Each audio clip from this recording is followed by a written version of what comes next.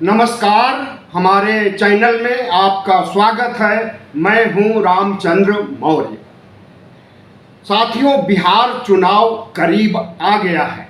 अक्टूबर के प्रथम सप्ताह में चुनाव आयोग आचार संहिता लागू कर देगा, चुनाव तिथियों की घोषणा कर देगा। उसके पहले बिहार में चुनाव प्रचार को लेकर के जिस तरह से रस्साकशी चल रही है और वोट खरीदने की जद्दोजहद चल रही है, गौरतलब है आज बिहार सरकार ने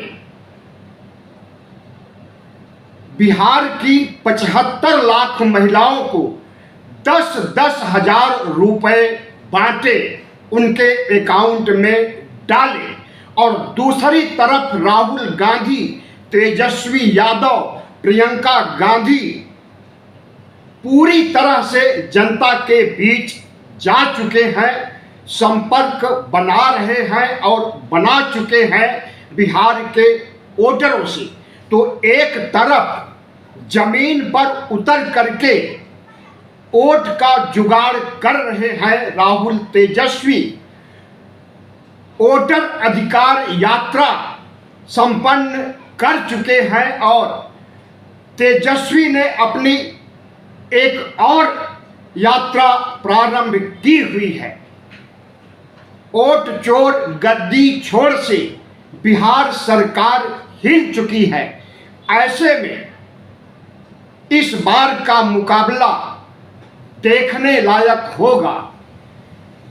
बिहार चुनाव के इस मौके पर अगर कोई बड़ी घटना हुई है तो वह है अति पिछड़ों को उनका हक अधिकार देना। जिस तरह से दलित समुदाय को सरकारी सुविधाएं आरक्षण प्राप्त है, उसी तरह से या उससे 2 कदम आगे बढ़ करके राहुल गांधी ने अति पिछड़ों के लिए जो घोषणा की है, यह एक ऐतिहासिक युगांतकारी कदम है। राहुल गांधी ने 2019 से जिस तरह से ओबीसी के हक अधिकार से लड़ रहे हैं और ओबीसी की गणना कराने की मांग कर रहे हैं, उसी का यह विस्तार है कि उन्होंने आर्थिक रूप से पिछड़े, अति पिछड़े लोगों के लिए 10 नई योजनाएं लेकर के आए हैं। ऐसी योजनाओं की आज तक कभी भी कल्पना नहीं की गई थी। याद रहे 1990 में बीपी सिंह ने 7 अगस्त 1990 को मंडल आयोग लागू किया था, तो उस समय वह पिछड़ों के मसीहा के रूप में चिन्हित किए गए थे। हालांकि बीजेपी ने सरकार से समर्थन वापस ले लिया और बीपी सिंह की सरकार गिर गई। बीजेपी उसी समय से पिछड़ों की विरोधी, आरक्षण की विरोधी मानी जा रही है।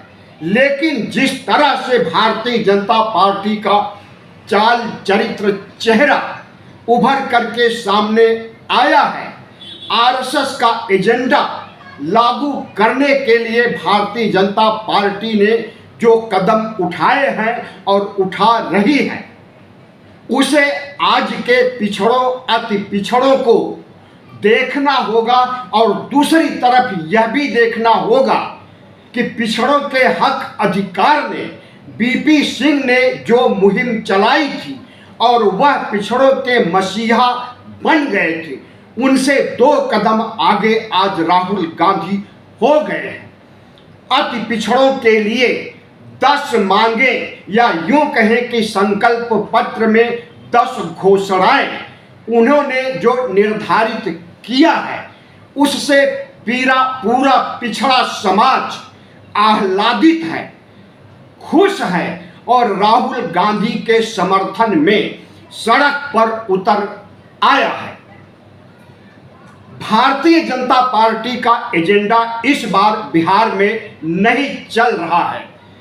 जिस दिन 22 अप्रैल को ऑपरेशन सिंदूर के पहले 22 अप्रैल को पहलगाम में 26 युवाओं की हत्या कर दिया था आतंकवादियों ने, तो उसके दूसरे दिन नरेंद्र मोदी इस हत्याकांड को मुद्दा बनाने के लिए बिहार पहुंच गए और बिहार वासियों को संबोधित करते हुए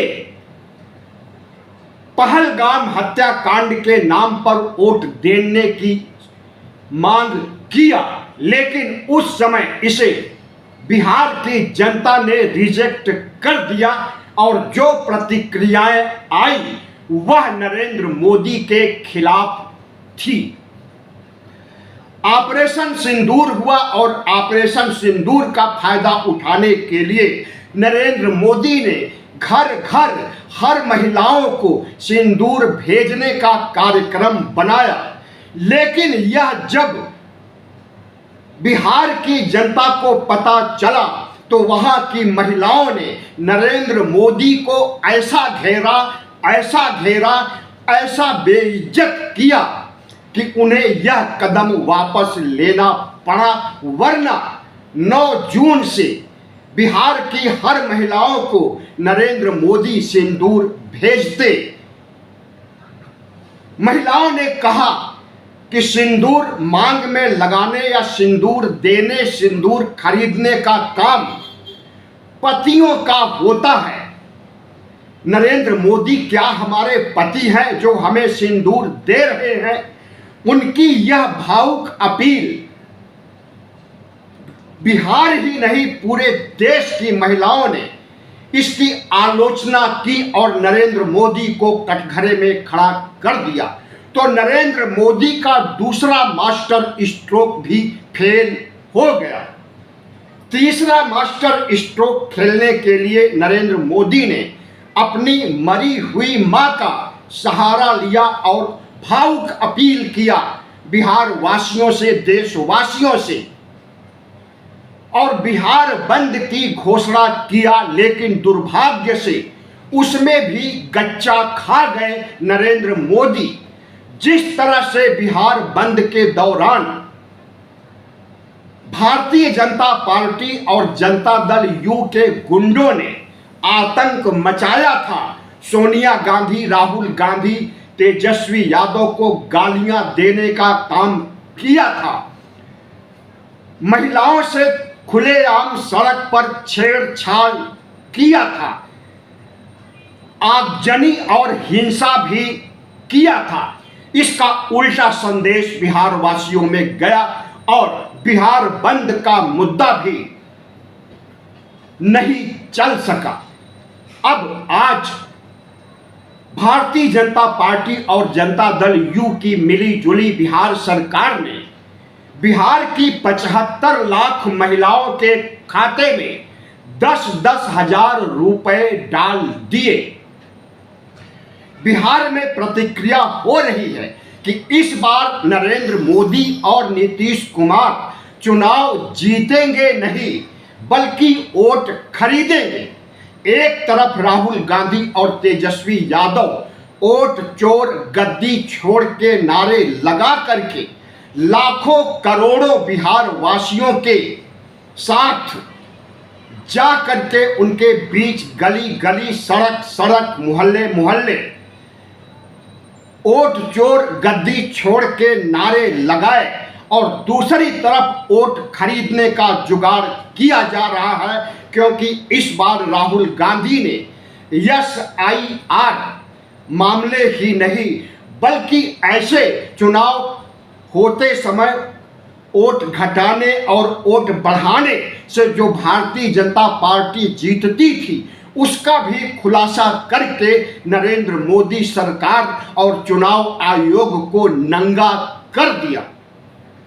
ऐसे में मोदी और नीतीश को चुनाव जीतने का कोई जरिया नहीं दिखाई दिया, तब अब वह केजरीवाल की तर्ज पर पैसे बांट करके चुनाव जीतना चाहते हैं। लेकिन इतना एक मुश्त पैसे तो कभी केजरीवाल ने भी दिल्ली में नहीं बांटे।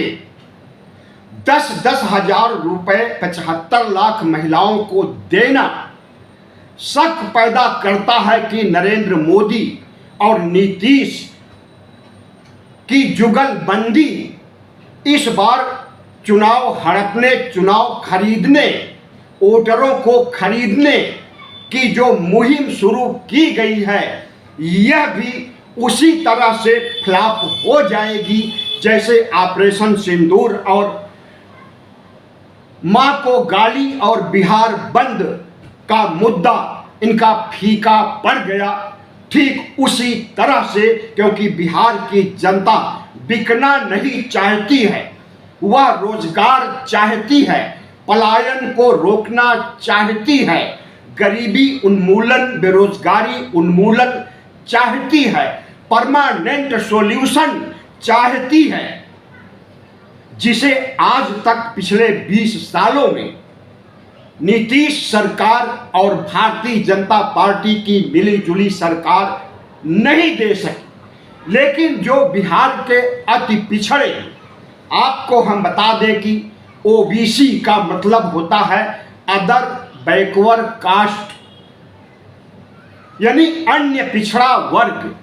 अन्य पिछड़ा वर्ग में एक हिस्सा ऐसा है जो कि संपन्न है, जिसे ओबीसी कहा जाता है। इसमें यादव भी हैं, कुशवाहा भी हैं, पटेल भी हैं, दूसरी अन्य जातियां भी हैं। लेकिन इन्हीं जातियों में अति पिछड़ों की संख्या बिहार में 36% से अधिक है और कुल पिछड़ों, अति पिछड़ों की संख्या 63% है। जाहिर है कि बिहार में पिछड़ों और अति पिछड़ों के आधार पर ही सरकार बन सकती है, अगर पिछड़े अति पिछड़े एकजुट हो जाएं। और एकजुट करने के लिए राहुल गांधी ने जो मास्टर स्ट्रोक खेला है और अति पिछड़ों को 10 सुविधाएं देने की घोषणा अपने संकल्प पत्र में किया है, उस पर बहुत प्रतिक्रिया मिल रही है और राहुल गांधी तेजस्वी के पक्ष में सकारात्मक वोटिंग होने का अंदेशा जताया जा रहा है।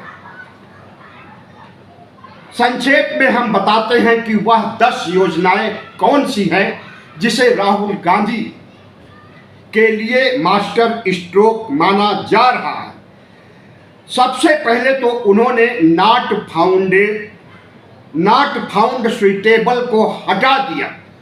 पिछड़ी जातियों को जो आरक्षण मिलता था, उस आरक्षण को रोकने के लिए मोदी सरकार ने नॉट फाउंड सुइटेबल स्कीम लाया, यानी कि पिछड़ी जातियों में कोई योग्य उम्मीदवार मिला ही नहीं, इसलिए उस सीट को, उस रिक्ति को सवर्णों को दे दिया गया। तो इस नॉट फाउंड सुइटेबल पर रोक लगाने की घोषणा राहुल गांधी ने किया है। 50% कैप हटाने की बात किया है। संविधान में जो व्यवस्था है कि 50% के ऊपर आरक्षण नहीं दिया जा सकता है, हालांकि इसकी अवहेलना तो नरेंद्र मोदी ने 2019 में ही कर दिया था, जब उसने 10% अगड़ों को आरक्षण देने की घोषणा किया था। लेकिन फिर भी 60% तक आरक्षण हो गया है, तो इसे और बढ़ाने और जिसकी जितनी भागीदारी, जितनी जिसकी संख्या है, उसके आधार पर आरक्षण देने के लिए राहुल गांधी ने कदम उठाया। तो राहुल गांधी का कहना है कि 50% या 60% के कैप को निकाल बाहर कर दिया जाएगा। कॉन्ट्रैक्ट्स में जो सरकारी ठेके होते हैं उसमें अति पिछड़ों को हिस्सा दिया जाएगा, उन्हें कॉन्ट्रैक्ट दिया जाएगा। ठेकेदारी के लिए, पैसे कमाने के लिए इनके अधिकार को छीना गया था, उस अधिकार को दिया जाएगा। अत्याचार कानून बनाया जाएगा। अति पिछड़ों के साथ के ऊपर जो आए दिन हमले होते हैं, सवर्ण जातियों के, दबंग जातियों के, उसे रोकने के लिए जिस तरह से SC/ST कानून पूरे देश में प्रभावित है, ठीक उसी प्रकार से बिहार में अति पिछड़ों के लिए कानून बनाया जाएगा।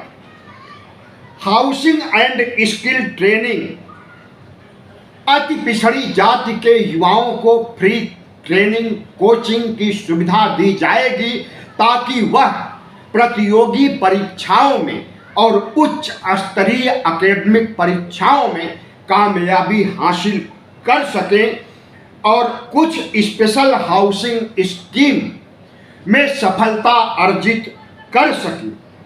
सामाजिक न्याय की गारंटी दी जाएगी कि कितना अमल हो रहा है, इसके लिए एक कमेटी बनाई जाएगी। इस तरह से कुल 10 तरह के प्रावधान हैं जिसे राहुल गांधी का मास्टर स्ट्रोक माना जा रहा है। अति पिछड़ी जातियों में राहुल गांधी को लेकर जितनी चेतना, जितनी जागरूकता पिछले दिनों बिहार में देखी गई, उस समय जब राहुल गांधी और तेजस्वी वोटर अधिकार यात्रा कर रहे थे तो उसमें ज़्यादातर भीड़ अति पिछड़ों की और दलितों की भीड़ देखी गई थी। उन्हें उनका हक अधिकार अगर मिल रहा है तो वह 10,000 रुपए अति पिछड़ों की महिलाएं तो ले लेंगी, लेकिन नरेंद्र मोदी और नीतीश को वोट नहीं देंगी। वोट उसे देंगी जो परमानेंट सॉल्यूशन चाहता है, राहुल गांधी और तेजस्वी यादव।